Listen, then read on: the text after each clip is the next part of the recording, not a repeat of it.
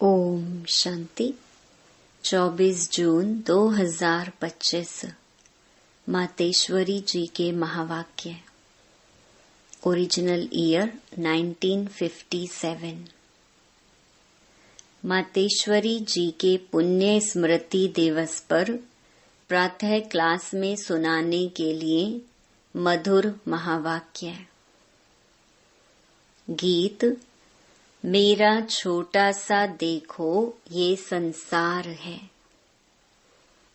यह गीत किस समय का गाया हुआ है? क्योंकि इस संगम समय ही हम ब्राह्मण कुल का यह छोटा सा संसार है। यह हमारा कौन सा परिवार है, वह नंबरवार बतलाते हैं। हम परमपिता परमात्मा शिव के पोत्रे हैं। ब्रह्मा सरस्वती की मुख संतान हैं और विष्णु शंकर हमारे ताया जी हैं और हम आपस में सभी भाई बहन ठहरे।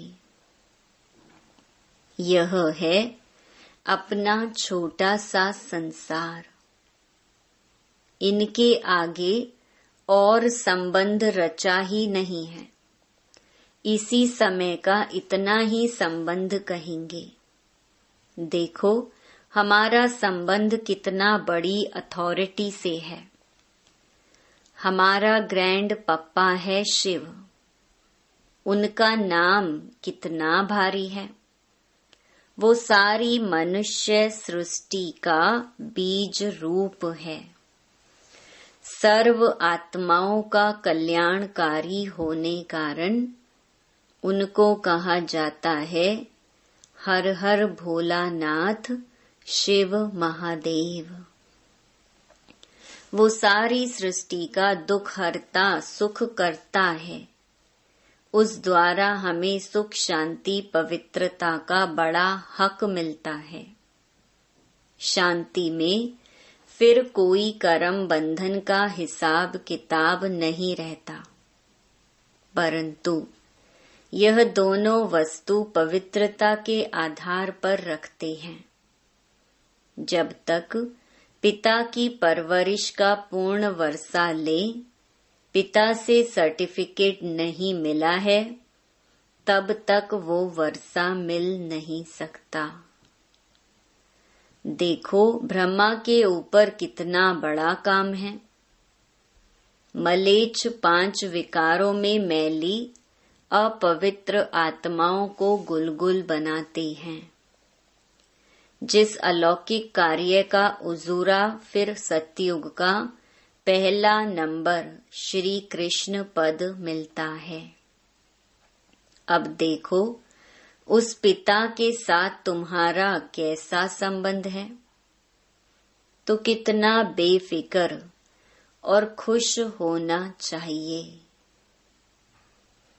अब हर एक अपनी दिल से पूछे कि हम उनके पूर्ण रीति हो चुके हैं।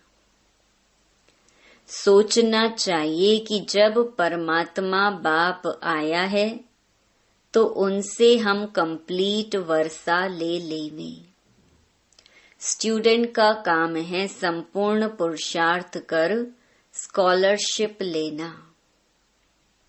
तो हम पहला नंबर लॉटरी क्यों ना विन करें। यह है विजय माला में पिरोया जाना। बाकी कोई हैं जो 2 लड्डू पकड़कर बैठे हैं। यहाँ का भी हद का सुख लूं और वहाँ भी वैकुंठ में कुछ न कुछ सुख ले लेंगे। ऐसे विचारवान को मध्यम और कनिष्ठ पुरुषार्थी कहेंगे, ना कि सर्वोत्तम पुरुषार्थी। जब बाप देने में आनाकानी नहीं करता तो लेने वाले क्यों करते हैं। तब गुरु नानक ने कहा परमात्मा तो दाता है, समर्थ है, मगर आत्माओं को लेने की भी ताकत नहीं। कहावत है देंदा दे लेंदा थक पावे। देने वाला देता है, लेकिन लेने वाला थक जाता है। आपके दिल में आता होगा, हम क्यों नहीं चाहेंगे कि हम भी यह पद पाएं। परंतु देखो बाबा कितनी मेहनत करता है, फिर भी माया कितना विघ्न डालती है। क्यों? अब माया का राज्य समाप्त होने वाला है। अब माया ने सारा सार निकाल दिया है, तब ही परमात्मा आता है। उसमें सब रस समाया हुआ है, उनसे सभी संबंधों की रसना मिलती है, तब ही त्वमेव माताश्च पिता आदि यह महिमा उस परमात्मा की गाई हुई है। तो बलिहारी इस समय की है जो ऐसा संबंध हुआ है। तो परमात्मा के साथ इतना संपूर्ण संबंध जोड़ना है जो 21 जन्मों के लिए सुख प्राप्त हो जाए। यह है पुरुषार्थ की सिद्धि।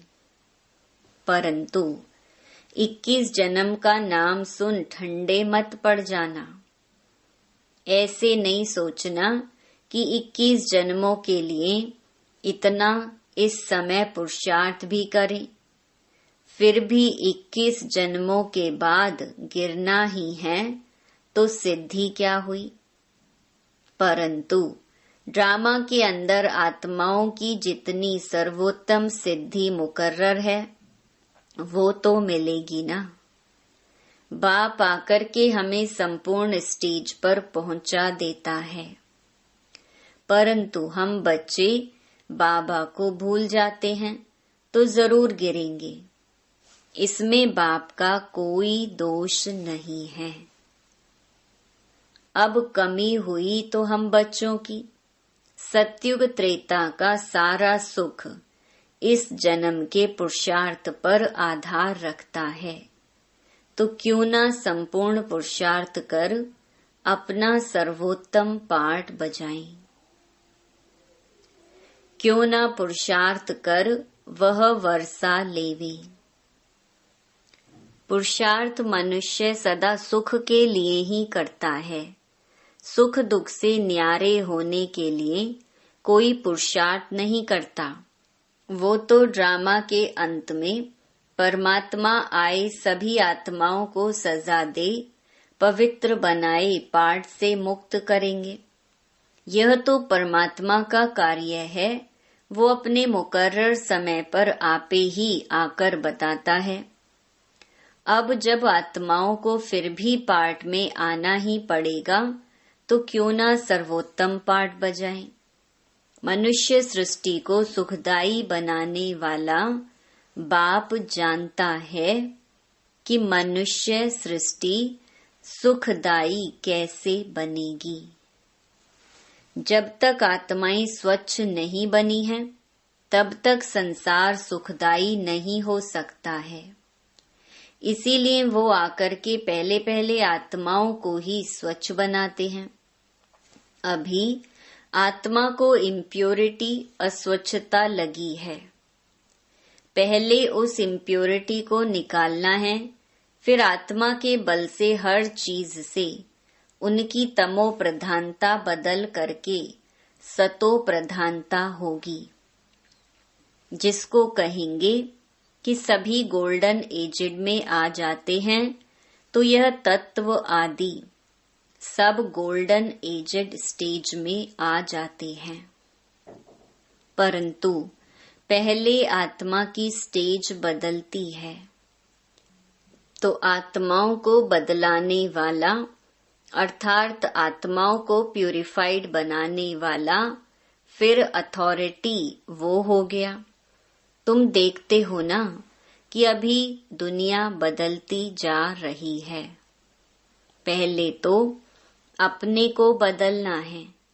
जब हम अपने को बदलेंगे, तब उसके आधार से दुनिया बदलेगी। अगर अभी तक हमारे में फर्क नहीं आया है, अपने को ही नहीं बदला है तो फिर दुनिया कैसे बदलेगी। इसीलिए अपनी जांच रोज करो।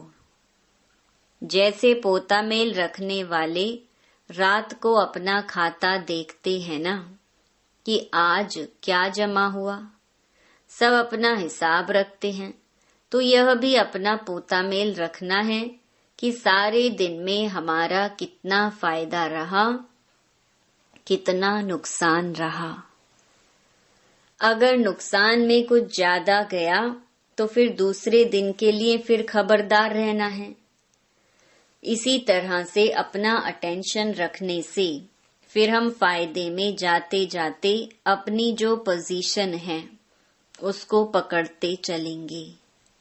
तो ऐसी जांच रखते अपने को बदला हुआ महसूस करना चाहिए। ऐसे नहीं कि हम तो देवता बनेंगे, वह तो पीछे बनेंगे, अभी जैसे हैं वैसे ठीक हैं। नहीं, अभी से वह देवताई संस्कार बनाने हैं।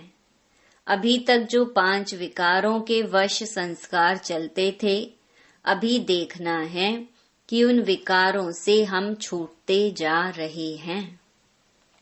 हमारे में जो क्रोध आदि था वह निकलता जा रहा है। लोभ या मोह आदि जो था वह सब विकारी संस्कार बदलते जा रहे हैं।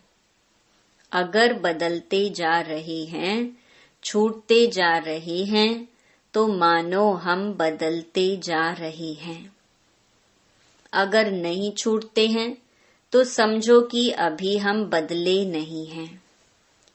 तो बदलने का फर्क महसूस होना चाहिए, अपने में चेंज आनी चाहिए। ऐसे नहीं कि सारा दिन विकारी खाते में ही चलते रहें, बाकी समझे कि हमने अच्छा कोई दान पुण्य किया, बस नहीं। हमारा जो कर्म का खाता चलता है उसी में हमको संभलना है। हम जो कुछ करते हैं उसमें किसी विकार के वश हो अपना विकर्मी खाता तो नहीं बनाते हैं। इसमें अपने आप को संभालना है। यह सारा पोता मेल रखना है और सोने से पहले 10-15 मिनट अपने को देखना चाहिए कि सारा दिन हमारा कैसा बीता। कई तो नोट भी करते हैं, क्योंकि पिछले पापों का जो सिर पर बोझ है उसे भी मिटाना है। उसके लिए बाप का फरमान है, मुझे याद करो, तो वह भी हमने कितना समय याद में दिया। क्योंकि यह चार्ट रखने से दूसरे दिन के लिए सावधान रहेंगे। ऐसे सावधान रहते रहते फिर सावधान हो जाएंगे, फिर हमारे कर्म अच्छे रहते चलेंगे और फिर ऐसा कोई पाप नहीं होगा। तो पापों से ही तो बचना है ना। अच्छा, मीठी माँ का मीठे मीठे बच्चों प्रति याद प्यार और गुड मॉर्निंग। संदेशी के तन द्वारा सरस्वती माँ से अव्यक्ति प्रभु का मिलन एवं संवाद। बेटी श्री राधे, देखो तेरे पास कौन आए पधारा है। कितनी बड़ी ताकत तुमसे बातचीत कर रही है। मेरे आने के राज से तुम खुद को भी जान सकती हो। आने वाले की पोजीशन के साथ खुद की पोजीशन अथवा पद को भी जान सकती हो।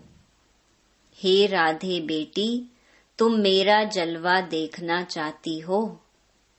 मैं चाहूं तो 1 सेकंड में विनाश कर सकता हूं, परंतु करता नहीं हूं, क्योंकि विराट फिल्म अनुसार जो जो कर्तव्य जिस जिस द्वारा जैसे प्ले होने हैं वह अवश्य प्ले होंगे। अव्यक्त प्रभु अनादि कायदे कानून को जानने वाला ही अनादि कायदों की पहचान आकर देता है। यह सारी सृष्टि का अनादि खेल स्टेज पर प्ले होता है, तो प्रैक्टिकल प्ले होने में समय लेता है। अगर इतने वर्षों का खेल 1 सेकंड में पूरा कर दूं, तो बाकी खेल क्या चले। तो जो जो तकलीफ जैसे जैसे देखनी अथवा सहन करनी है, वो वैसे ही उसी अटपटे राज से रिपीट होती है। यह अटपटी रेपिटेशन है जिसको हे प्यारी मम राधे तुम और मैं देख कितना हर्षित होता हूँ। इस विराट ड्रामा के सभी पार्ट टेस्ट लेने वाले बने हुए हैं। इस खेल को चलाने वाला अगर चाहे तो 1 सेकंड में इस ड्रामे को ड्रॉप कर फिर नए सिरे से शुरू कर देवे, परंतु करता नहीं है, क्योंकि ईश्वर को भी इस साधारण रीति से कर्तव्य चलाना पड़ता है। स्वयं सर्वशक्तिवान निराकार ईश्वर साकार में है, परंतु साधारण वेश में। यही तो भूल भुलैया का खेल है, जिसको जो जाने वह जानी जाननहार। बेटी श्री राधे, प्रिय वत्सों को यह सहन करने का मार्ग भी अवश्य तय करना है। यद्यपि मैं चाहूं तो अपने वत्सों प्रति इसे सहज मार्ग भी बना सकता हूँ, क्योंकि साक्षात्कार कराने की चाबी मेरे हाथ में है। अगर किसी भी धनवान भक्त को किसी देवता का साक्षात्कार करा दूं, तो वह अपना सारा धन ले यज्ञ में आए स्वाहा कर देवे, क्योंकि ईश्वर तो सभी धनवानों का धनवान है। लेकिन तेरा पिता चाहता है कि मैं अपने बेगर्स प्रिय वत्सों को प्रिंस प्रिंसेस बनाऊं। इसीलिए तुम यह सब सहन करने के बाद ही प्रिंस और प्रिंसेस जाए बनेंगे। पिता जानता है कि वत्सों को यह सहन करने का मार्ग अवश्य तय करना है, क्योंकि सहन करना यह ईश्वरीय व दैवी गुण है, जिसमें ही खुशी समाई हुई है। इस गुण से ईश्वरीय सुख महसूस होता है। सहन करते भी तुम कितनी मौज मनाते हो, यही गोपनीय ज्ञान है। ऐसा अनासक्त योगी ही स्थायी सुख को प्राप्त करता है। अभी तो परीक्षाओं का समय नजदीक आ पहुंचा है। हर एक वत्स आने वाली परीक्षाओं को इन एडवांस सामने रख उस अभ्यास में चलता चले। भल कोई भी वत्स को खान पान इत्यादि ना मिले, परंतु खुद बेपरवाह बादशाह हो उपस्थित हो। ऐसी अपनी सुंदर अवस्था बहुत समय से लेकर धारण करनी है। अगर कोई समझता है कि उस समय आपे ही चल जाऊंगा, यह समझ बैठना अपने को धोखा देना है। इसीलिए पहले से ही सावधान हो रहना है। मेरे अति प्रिय वत्स याद में तो बैठते हैं, परंतु अभी तक उस लाइट का तेज मेरे वतन तक नहीं पहुंचता है। हर एक जब लाइट स्वरूप हो उपस्थित होंगे, तो उनके योग का तेज मेरे वतन में आएगा। तब ही उन हर एक की संपूर्ण लाइट उन्हों में प्रवेश होगी। उस समय ही फिर शक्तियों की महिमा निकलेगी। तो हर एक को अपने निश्चय में स्थैर्यम रहना है, जो मैं भी अगर उतारूं तो भी उतर ना सके। हे शिरोमणि शक्ति राधे, शक्तियों को ज्ञान निष्ठा बल में और मुख से ज्ञान मुरली बजाने में तैयार रहना चाहिए। तुम्हें अपनी एकरस ईश्वरीय दृष्टि से हरेक को निहाल कर अपने मधुर वीणा से पहचान देनी है कि मैं कौन हूँ और मेरा पिता कौन है। कैसे ब्रह्मा में भगवान प्रत्यक्ष हुआ है, जो इस अंत के समय डेविल वर्ल्ड को खलास कर अपने निज देश डेइटी वर्ल्ड में जा रहा है। हे राधे बेटी, जब हरेक की अवस्था दीपक की ललाट सदृश्य स्थैर्यम रहेगी, तब सूक्ष्म अंतः प्रेरणाओं को पकड़कर अपना कार्य संपूर्ण रीति से सिद्ध कर सकेंगे। जितनी ज्ञान अनुसार अवस्था होगी, उतना ही प्रेरणाओं को पकड़ सकेंगे। जितना उस अवस्था में लगातार रहेंगे, उतना संपूर्ण प्रेरणाएं टच हो सकेंगी। ओहो बेटी राधे, मेरा स्वरूप तो देखो। क्या वत्स मेरे स्वरूप को नहीं देख सकते कि कैसे अखंड ज्योति तत्व से आकर मैं साक्षात प्रवेश हो आए बात करता हूँ। मेरे द्वारा ही ये सब साक्षात्कार होते हैं, क्योंकि मैं ही सभी का मूल समूह हूँ। देखो, प्रकृति के बीच में चमकती है ज्ञान लाइट। वत्स, सिर्फ यह विचार करो कि आहा, जिसको सारी सृष्टि पुकार रही है, वह स्वयं सर्वशक्तिवान ईश्वर यज्ञ में हम वत्सों के सम्मुख आए पधारा है। उसकी शीतल गोद में बैठने से हृदय शांत हो जाता है। अगर रचना को रचने वाला मिल गया तो फिर उसको छोड़ उसकी रचना में क्यों जाऊं। हाईएस्ट में हाईएस्ट अथॉरिटी, सर्व ताकत का खुद मालिक, जिससे सर्व ताकतें प्रकट हुई हैं, उस पहचान में आ गए तो फिर यह गोद छोड़ना असंभव हो जाएगा। जब दी क्रिएटर की पहचान आ जावे, तब तो समझें कि यह कौन है।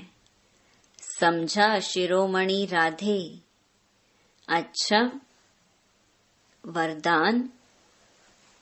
सदा अतीन्द्रिय सुख के झूले में झूलने वाले, संगम युग की सर्व अलौकिक प्राप्तियों से संपन्न भव। जो बच्चे अलौकिक प्राप्तियों से सदा संपन्न हैं, वो अतीन्द्रिय सुख के झूले में झूलते रहते हैं। जैसे जो लाडले बच्चे होते हैं, उनको झूले में झुलाते हैं, ऐसे सर्व प्राप्ति संपन्न ब्राह्मणों का झूला अतीन्द्रिय सुख का झूला है। इसी झूले में सदा झूलते रहो, कभी भी देह अभिमान में नहीं आना। जो झूले से उतरकर धरती पर पांव रखते हैं, वो मैले हो जाते हैं। ऊंच से ऊंच बाप के स्वच्छ बच्चे सदा अति इंद्रिय सुख के झूले में झूलते मिट्टी में पांव नहीं रख सकते। स्लोगन: मैं त्यागी हूँ, इस अभिमान का त्याग ही सच्चा त्याग है। अव्यक्त इशारे: आत्मिक स्थिति में रहने का अभ्यास करो, अंतर्मुखी बनो। जब स्वयं को अकाल मूर्त आत्मा समझेंगे, तब अकाले मृत्यु से, अकाल से, सर्व समस्याओं से बच सकेंगे। मानसिक चिंताएं, मानसिक परिस्थितियों को हटाने का एक ही साधन है, अपने इस पुराने शरीर के भान को मिटाना। देह अभिमान को मिटाने से सर्व परिस्थितियां मिट जाएंगी। अच्छा, ओम शांति।